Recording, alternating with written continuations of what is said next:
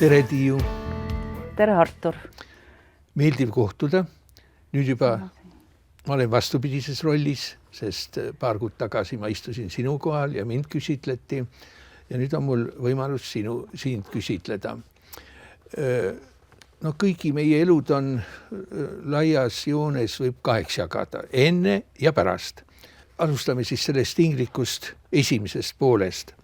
Kõik me ju kuskil sünnime, õpime ja selles mõttes ma ütlen seda, mida ma juba niikuinii tean, et sa sündisid Raplas, kuid umbes 11-aastaselt koos vanematega kolisid sa Loksa, mis sai uueks kodukohaks. Ja seal sa õppisid koolis selles linnakeses Põhjarannikul ja see on üks ilus koht, mida lihtsalt paljud Eestis ei tea, aga mina ei teadnud enne, kui sinna jõudsin. Juba sinu isamaja aknast paistab lähedal meri, läbi hõredate mändide on rand. Loksa on tõesti imeline paik ja ei väsi kunagi seda imetlemast. Meil paistab koduaknasse loojuv päike, merre loojuv päike. Edasi õppimine peale keskkooli oli mul valik oli üsna raske. Pea oli laiali otsas. Mul ei valmistanud raskusi humanitaar ega reaalained ja siis tuli teha otsus ja leidsin, et keeltega ja kunstihuviga ma saan ise ka tegeleda edasi ja läksin õppima Polütehnilisse instituuti majandusteaduskonda. Eriala oli majandusliku informatsiooni mehaniseeritud ümbertöötlemise organiseerimine. Üpris keeruline. Ja. Mulle kui humanitaarile. 2 tähte IT. IT. Sellest ma saan juba aru. Seda jätkas ka hiljem su kõige noorem laps. Ja. Sellesse aega enne Välisministeeriumi jääb veel palju muud. Abiellumine, laste sünd, kõigepealt su vanem poeg, siis tuli tütar ja siis tuli pesamuna Oskar väike. Ja 2 viimasega jõudsidki sa lõpuks Pariisi. Triin läks kuskil 9. klassi vist või 8. 10. isegi ja. Aga Oskar oli päris pisike, 4-aastane. Ja kuidas sa tulid Välisministeeriumi? Sa rääkisid midagi mulle kandideerimisest. Mind võeti kuidagi teistmoodi alguses. Jah, see oli omamoodi küll, kuidas ma tulin. Ma olin olnud Oskariga kodune beebiga ja mul oli otsus minna sügisel tööle ja vahetada töökohta, sest me elasime kesklinnas ja kuskile sinna tuli otsida uus töö. Aga ma olin selle kodus oleku ajal olin tegelikult hirmunud sellest, et ümberringi toimusid konkursid igale poole ja mul ei olnud aimugi, mida need endast kujutavad. Ja siis ma tegin endale niisuguse kavala plaani, et käin kevadel mingil konkursil ja vaatan, mida nad küsivad. Ja siis sügisel nagu lähen oma teed. Ja lappasin neid ajalehe kuulutusi ja siis valisin välja ühe, mis mulle meeldis. See pakkus mulle huvi ka ja see oli Välisministeeriumi pearaamatupidaja ametikohale kuulutati konkurss. Ja nii ma siis sinna konkursile läksin tegelikult, arvamata, et ma selle võidan, nagu 3 päeva hiljem selgus. Niimoodi tulin mina. Ma sain jah aru, et sul ei teatatud isegi resultaadist, vaid helistati, et tulge esmaspäeval tööle. No umbes jah, see lause oli tegelikult väga ilusti formuleeritud, et me ootame teid esmaspäeval tööle. No, väga kena. Nii, ja sa töötasid, sinu amet oli, sa olid pearaamatupidaja. Ja. Nii. Ja siis läks mõni aeg mööda ja sul tehti ettepanek, millest sa ei saanud keelduda, nimelt minna saatkonda tööle. Oli nii või? No ma ikkagi ise kandideerisin. Ei, no meil on jah niisugune süsteem, et me ise kandideerime. Ja, aga teinekord arvestatakse ka muid asjaolusid. Nii, väga kena. Ja nii sa saabusid siis 96. aastal, mina olin juba aasta ees, Pariisi Eesti saatkonda koos 2 lapsega. Nii, ja olid lähetuses ja mis esmamulje oli Pariisist? No praegu me näeme pilti, mis meenutab mulle seda, et see oli nii ammu, kui mu lähetus algas. Aga hiljem sa elasid üpris lähedal Champs-Élysées-le. Ja. Teises lähetuses. No kui ma 96. aastal Pariisi maandusin 2 lapse ja paari kohvriga, siis see oli minu jaoks esimene kord Pariisi näha. Ja et aru saada, mis see endast kujutab ja kas mulle meeldib või kuidas ta on. Selle ma sain selgeks umbes nädalaga tegelikult ja nädala möödudes ma sain aru, et mul on kahju siit lahkuda 3 aasta pärast ja tõsiselt ma iga päev nagu oli kahju sellest ja ma otsustasin kohe, et ma pean sellest linnast maksimumi võtma ja kõik teada saama. No see on väga tore, sest minu reaktsiooni samasugune. Vaadata seda linna, käia ringi muuseumites ja nii. Nüüd mina olin juba terve aasta, nagu ma mainisin, enne seal ja ma otsisin ka ise omale korteri ja sinu seisis see sama ees. Meid oli nii vähe, et ega keegi meie eest ei otsinud. Hakkas korteri otsimine. See oli omapärane kogemus. No see oli, jah, see oli väga keerulisel ajal Pariisi mõttes, sest see oli augustikuu. Ja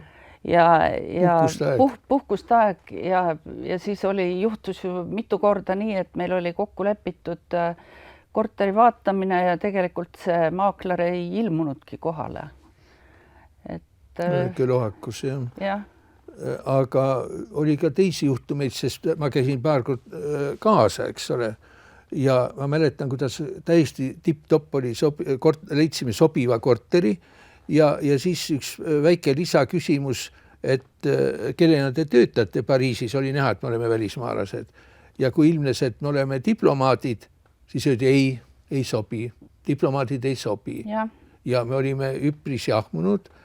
Asi on selles, et kui diplomaat üürnik jääb võlgu, siis Prantsuse seadusandluse hammas ei hakka peale.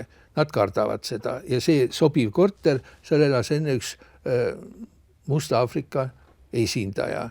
No me ei hakanud ometi tõestama, et me oleme paremad või me ei ole afriklased. Me läksime oma teed ja otsisime mujale ja kuhu me nüüd lõpuks jõudsime? Me jõudsime Montmartre'i alamile. Ja.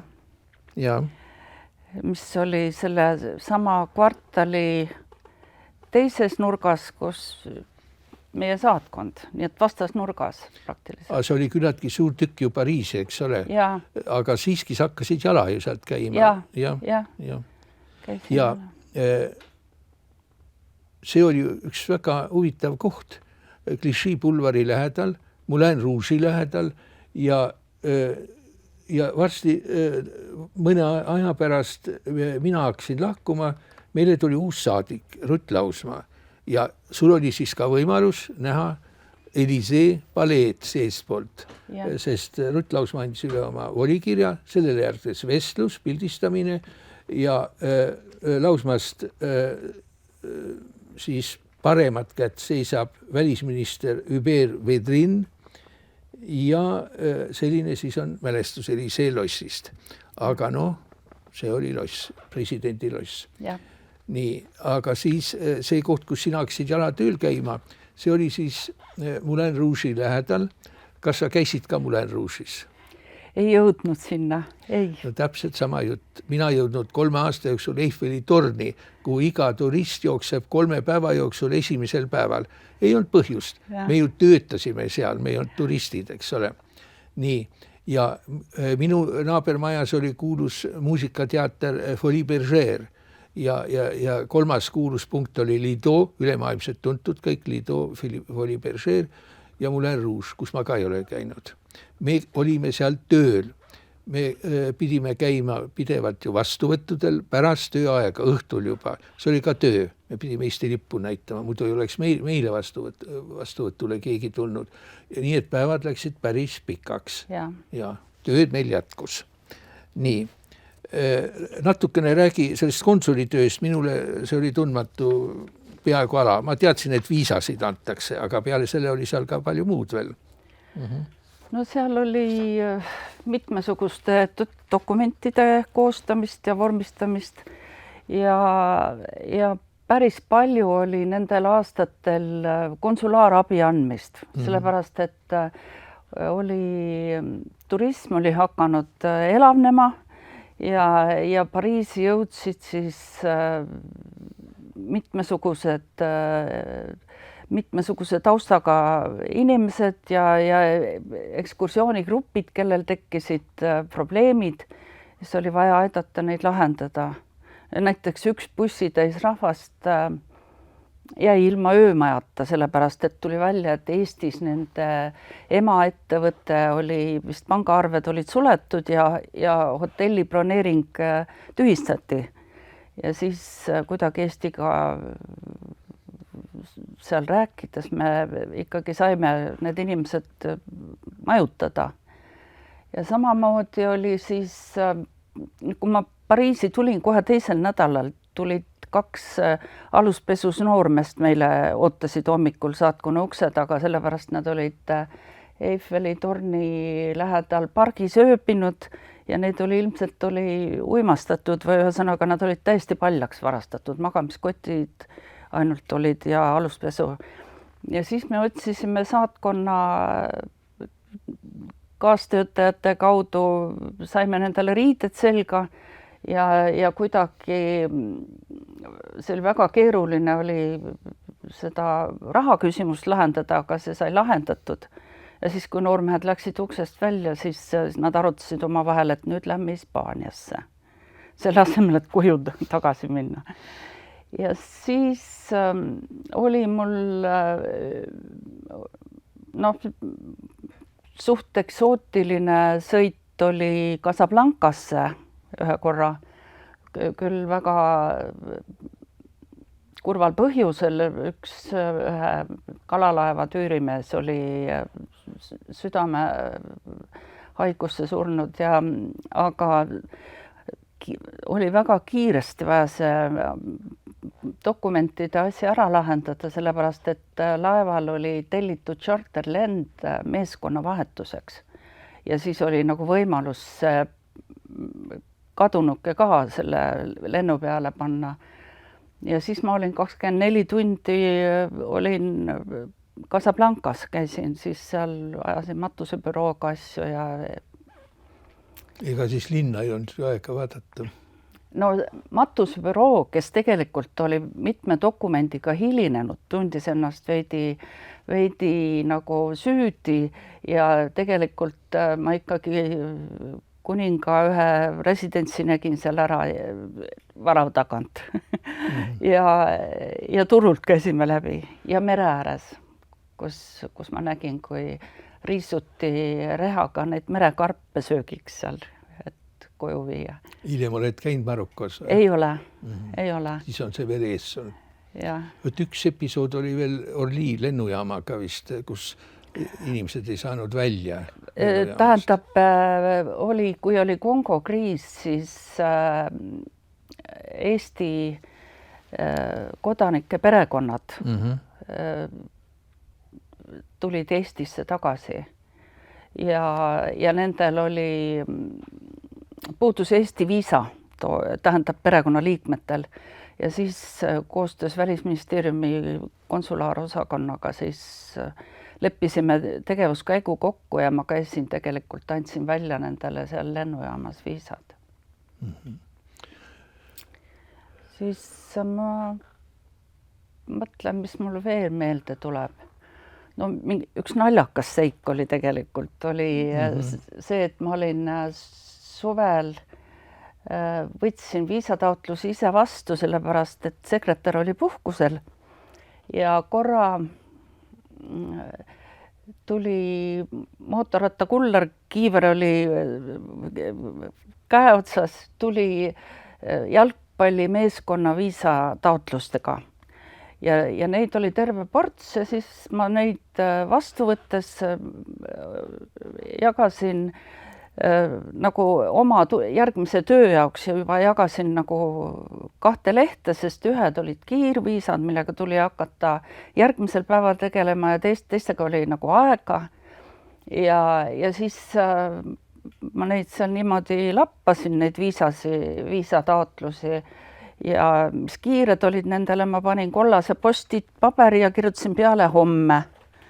Ja need olid pooled umbes nendest. Ja siis ma kuidagi sain aru selle sehkendamise ajal, et see kuller jäi järjest vaiksemaks ja hakkas mind nagu vaatama hoolega ja siis ta lõpuks küsis mu käest, et need on ju kõik mehed, et miks te osa ära märgite? See homme, ta luges homm. Raskedes homm, mees. Jah, nii et see oli ühesõnaga. Kurioosum. Jah, no ongi tegelikult mõned üksikud sellised naljakad asjad no, on ka meeles. Meelde muu igapäevatöö juures. Sinul kui raamatupidajal tuli ju ka kõiki meie rahaasju ajada. Üürid maksta meie korteritest, meile palka ja kõik saatkonna. Ja mingi osa haldustööd oli ka minu peal. Ma tuleksin tegelikult ajaloos veel natuke tagasi, et kui ma peamajja tulin raamatupidamisse, et ma paari kirjeldaksin nagu natukene, kuidas see minu silmis kõik oli.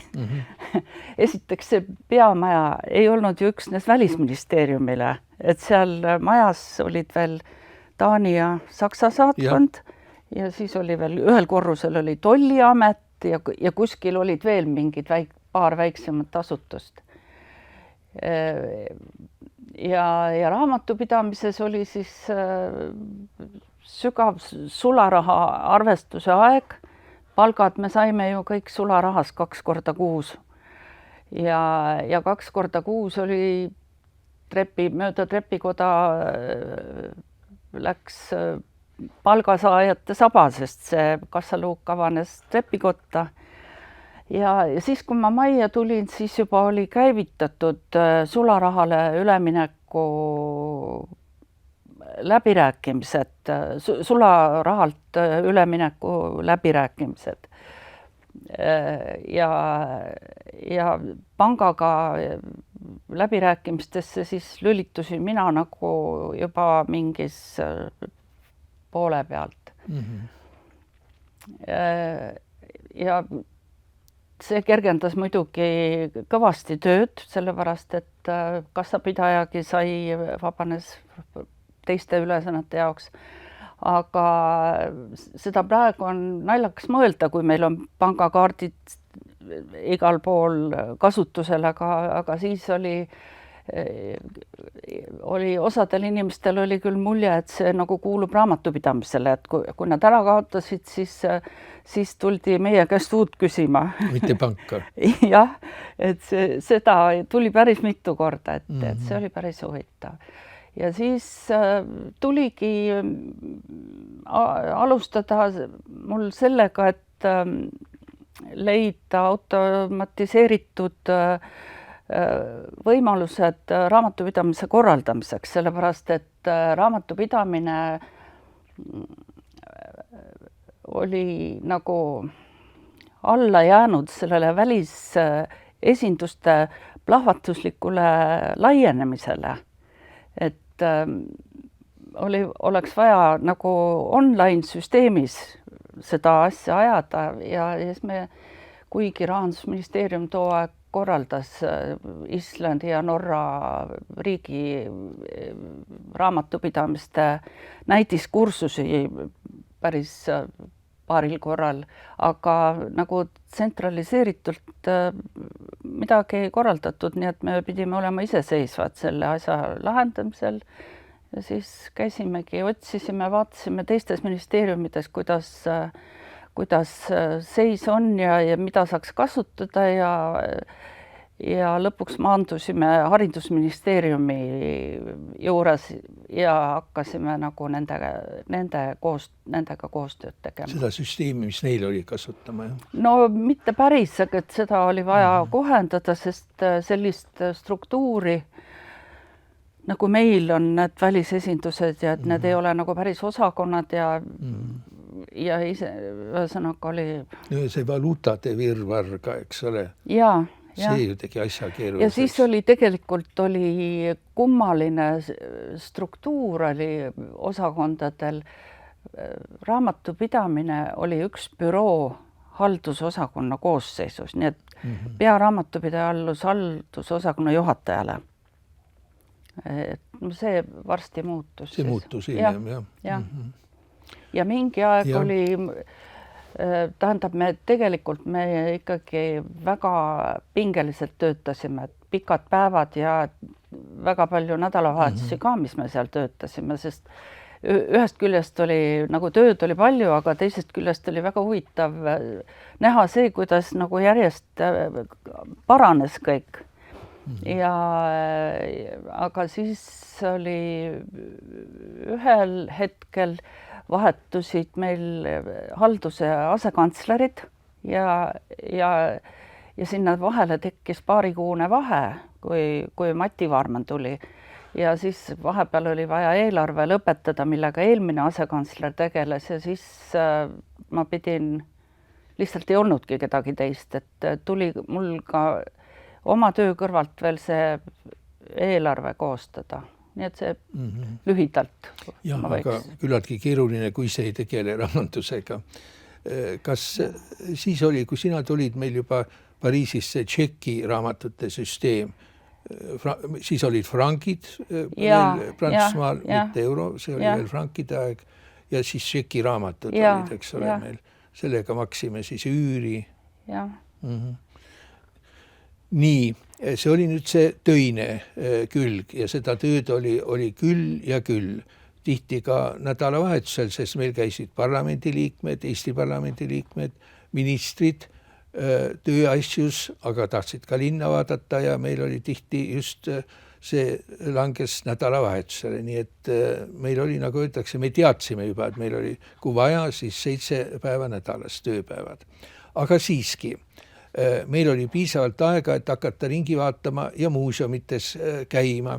Ja just siin Pariis näitas meile oma hiilgavat palet, eks ole, oma kunsti puhul, ega asjata teda nimetatud valguslinnaks, Ville Lumière. Ja sinu huvi sai ilmselt takka tõugatud tiivustust Pariisi kunstinäitustel käimisest.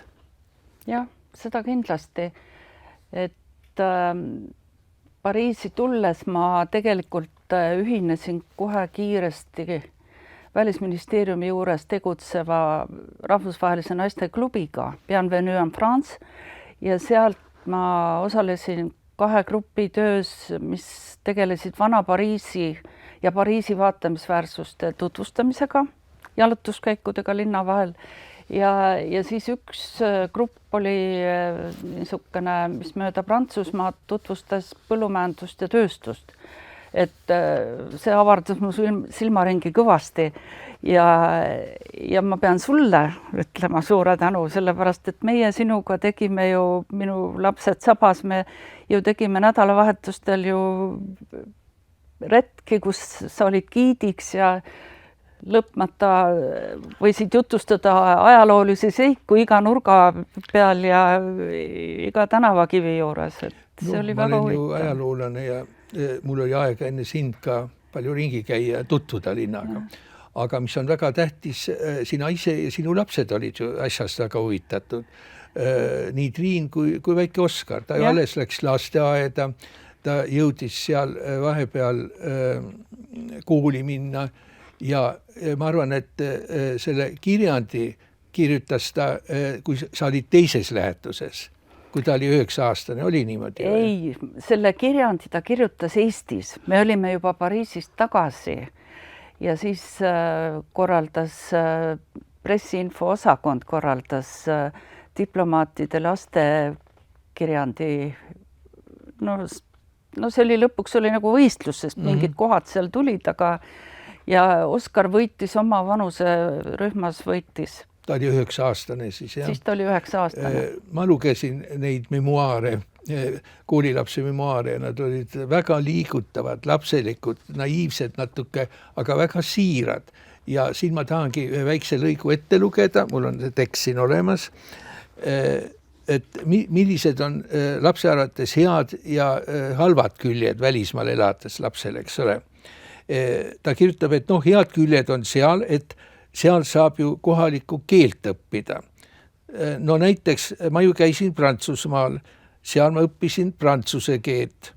Veel saab seal saatkonnast uusi sõpru, koolist kah. Aga halb külg on see, et seal välismaal on ju koduigatsus.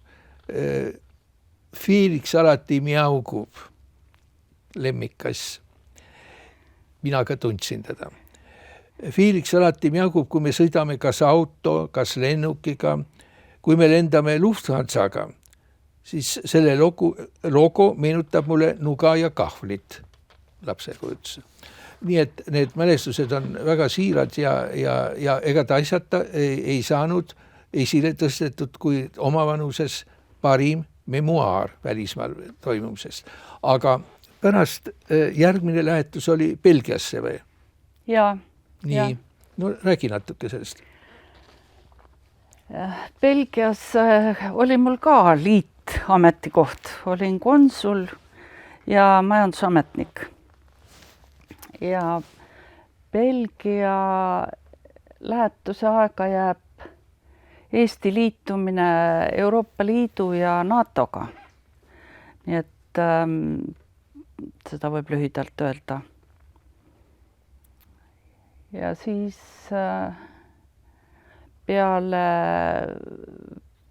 Välisministeeriumi 2 aastat, kus ma tegelesin Läänemere maade nõukogu tegevusega, siis juba tulin tagasi teist korda Pariisi. 3 aastaks? 3 aastaks ja minu ülesanne oli tegeleda liitumisküsimustega OECD-ga.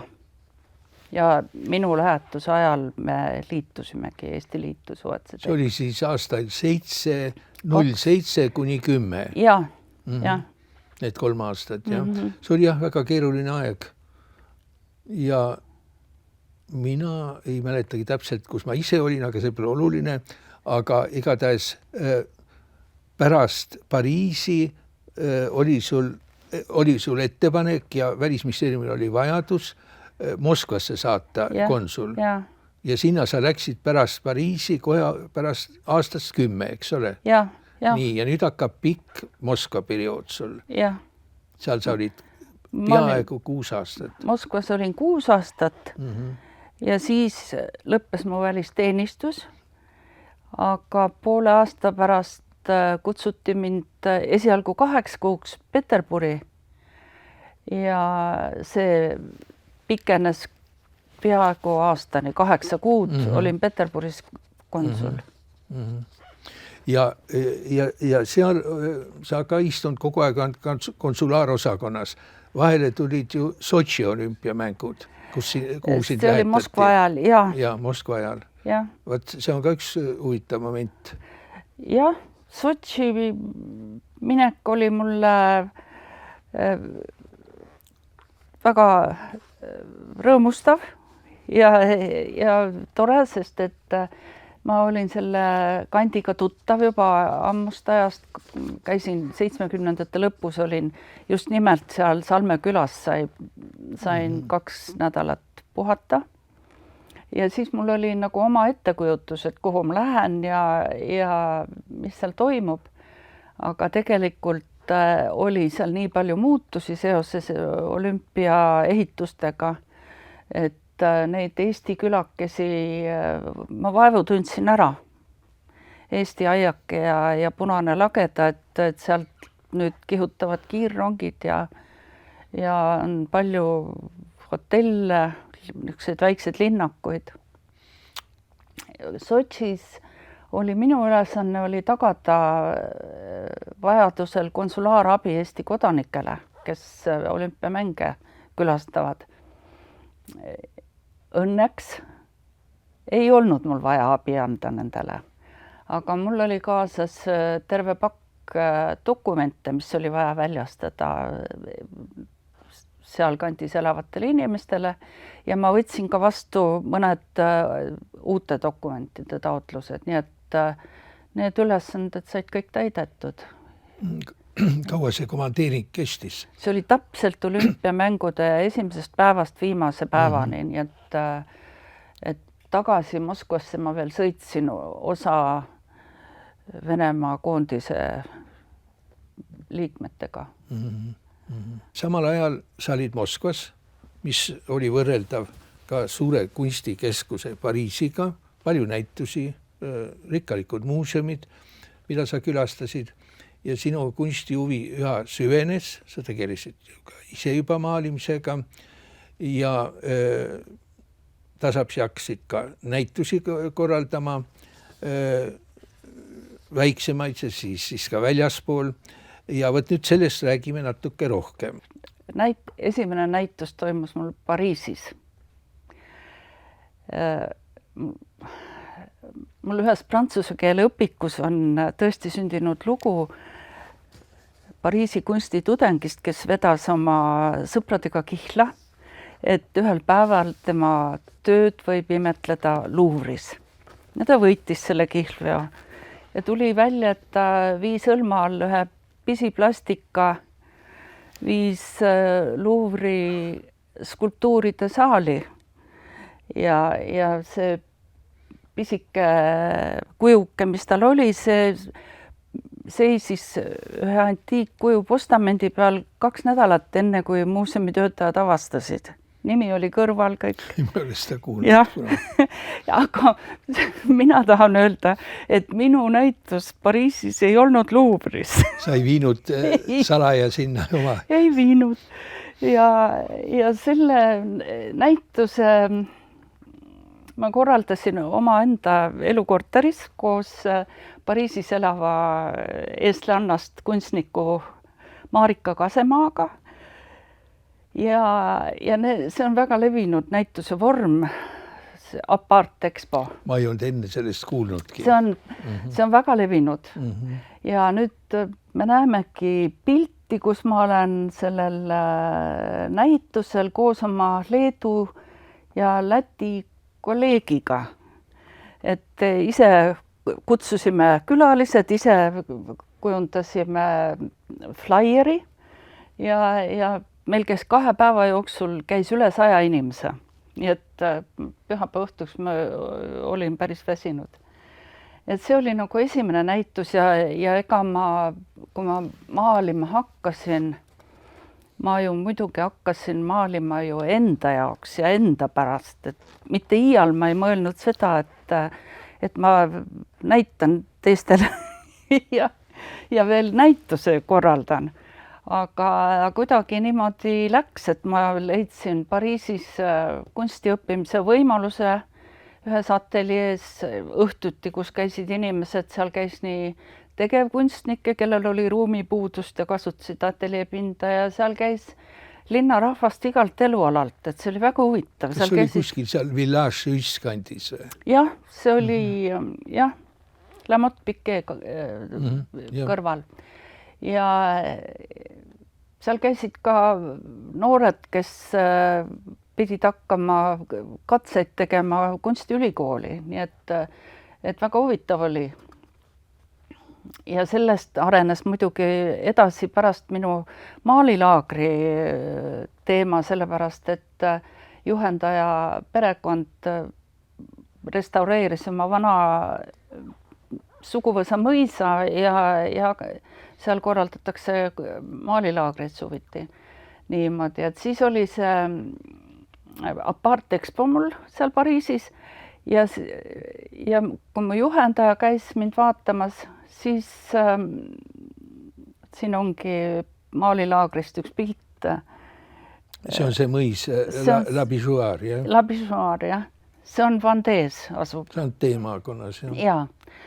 Ja ühesõnaga sealt saatis mu juhendaja, kui ta nägi mu pilte, siis saatis veel Académie des Beaux-Arts de la Grande Chaumière'i krokiisid tegema, nii et nädalavahetustel ma hakkasin käima siis selles vanas kunstiakadeemias, kus olid käinud ka Picasso ja Modigliani, nii et... Vaatame nüüd seda videot, kus sa annad intervjuud.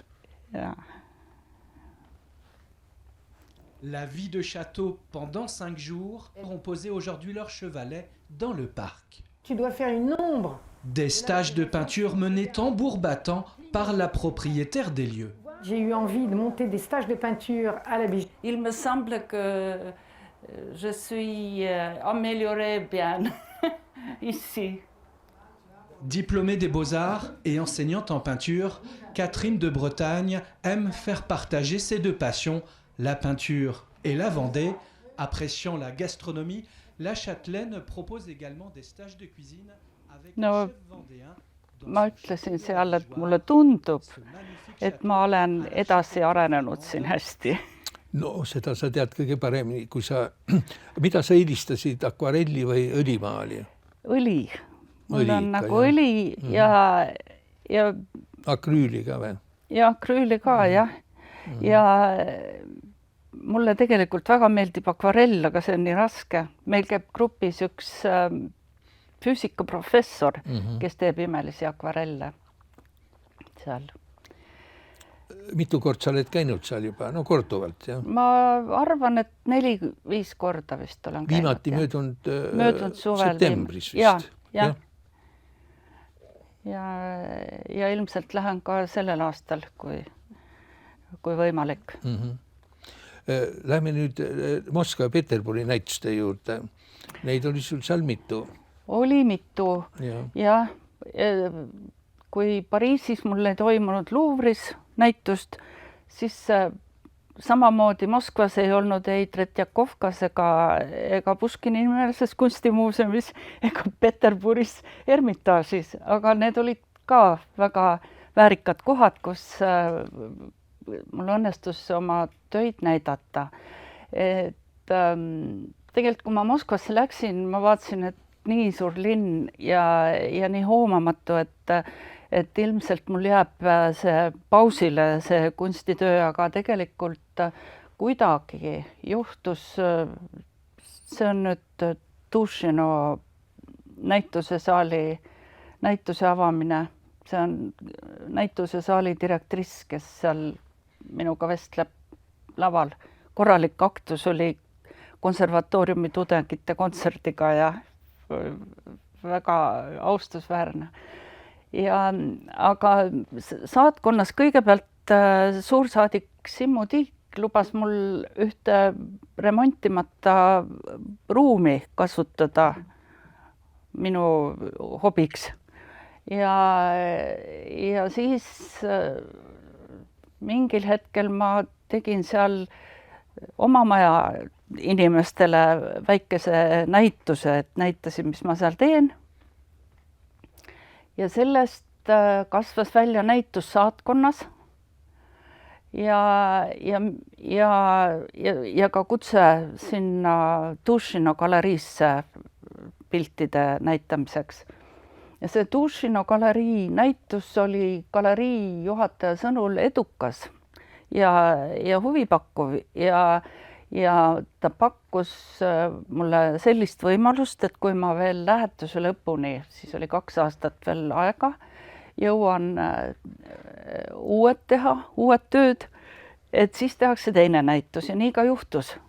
Nii et 2016 kevadel, enne kui ma lõpetasin lähetust, ma sain teise näituse teha. Kus ruumides see oli siis? See on Tušino linnaosas näituse, see on riiklik näitusesaal. Kus esimene näitus oli?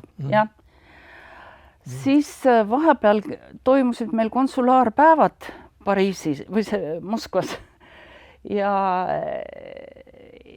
Pihkva kolleegid, Pihkva konsulid tegid ettepaneku, et nad üritavad oma kandis mu näituse teha.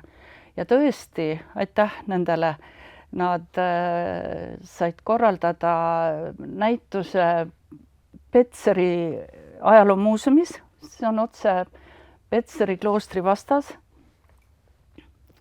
Ja kloostri juhataja asetäitja oli avamisel ja võttis seal ka sõna. Ja mis ruumis see on? Konsulaati ruumis või? Ei, see oli ajaloomuuseumis. Ajaloomuuseumis, jah. Ja siis samamoodi tänu juhusele nägid mu Tušino näitust Helikon oopera inimesed ja lõpuks, kui 2016 Estonia teater esines külalisetendustega Helikon ooperas, siis oli seal ka minu maalide näitus. See on see foajee? See on see foajee, jah. Ja siis mul lõppes lähetus ja töö Välisministeeriumis.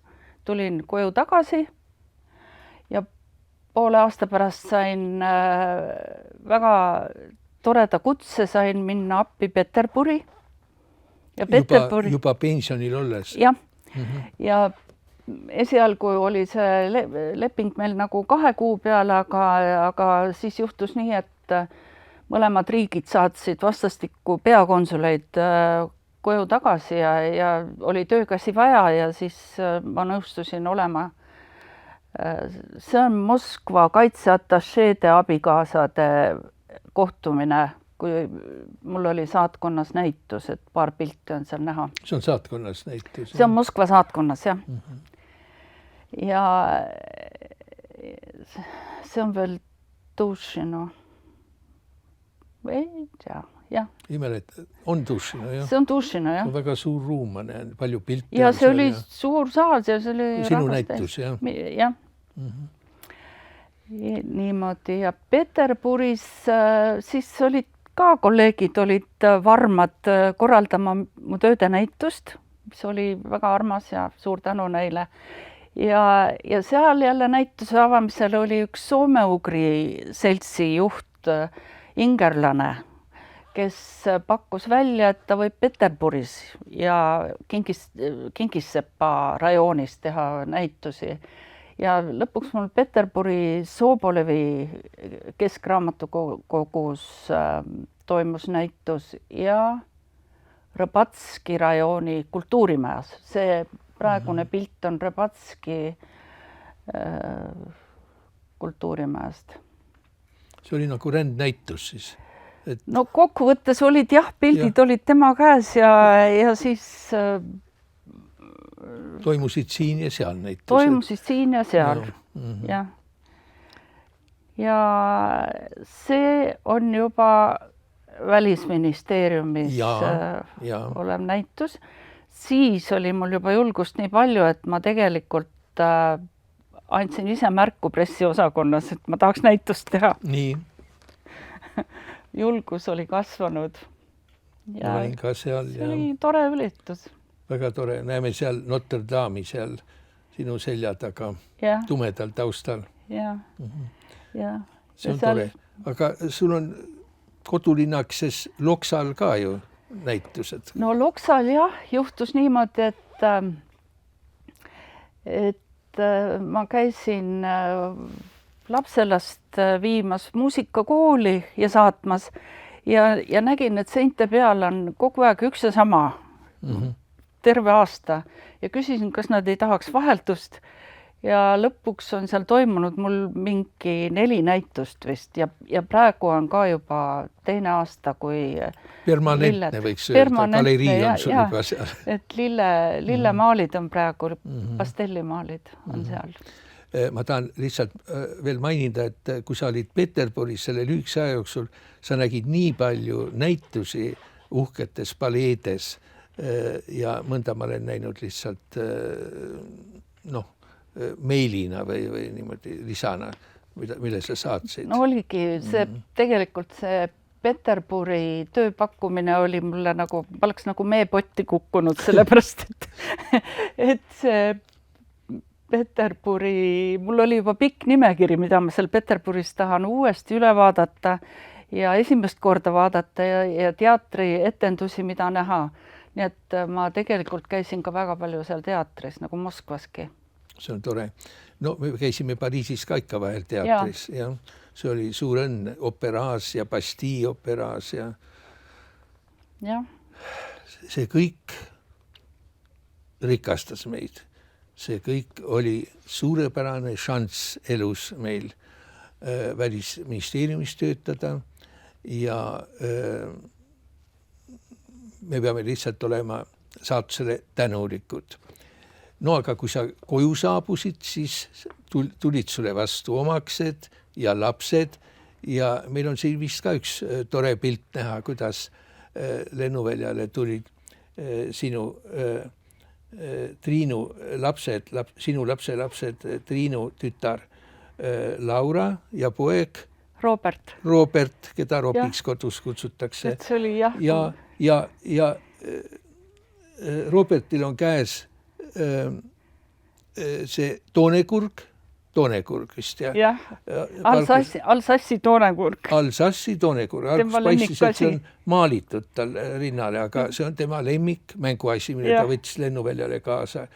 Ja Laural on käes sinuke plakat, ise tehtud kassi maalinguga, ikka see sama Pariisitar, see kass, keda mina ka tunnen. See on imetore, nad tervitavad sind ja jäävadki tervitama. Lapsed kasvavad, vahepeal sündis väikene vend neile. Joonatan sündis, ja nii et pere kasvab ja vahepeal 4-aastane Oskar lõpetas kõik koolid prantsuse keeles ja siis Pariisi ülikoolid ja nüüd töötab kodus Tallinnas ja sai Prantsusmaal ka kõrghariduse.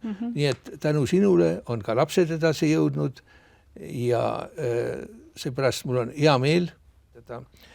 Kuidas sa üldiselt hindad seda diplomaadi elu ja mida sa tahaks soovitada noorematele, eriti oma erialal, sest sa oled ju väga rikka kogemusega konsul olnud. Mida sa tahaks öelda noortele üldse kokkuvõtteks?